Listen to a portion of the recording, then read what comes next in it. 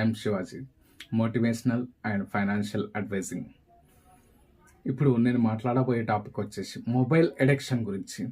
ఇప్పుడు మనకు summer holidays వచ్చాయి కదా, పిల్లల్లో మొబైల్ అడిక్షన్ అనేది చాలా జరుగుతూ ఉంటుంది. అలాంటి దాన్ని మనం అరికట్టేది మన చేతుల్లోనే ఉంది. ఎలా అంటే, పిల్లల్ని ఆడుకోనివ్వండి, మొబైల్ చేతికి ఇవ్వకండి, బయట ఆడుకోమని చెప్పండి.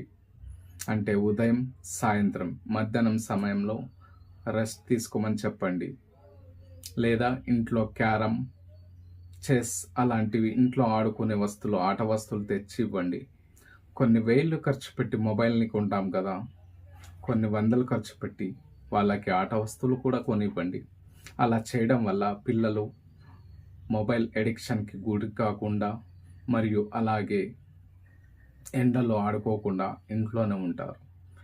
ఇలా మొబైల్ అడిక్షన్ నుంచి దూరంగా ఉంచండి.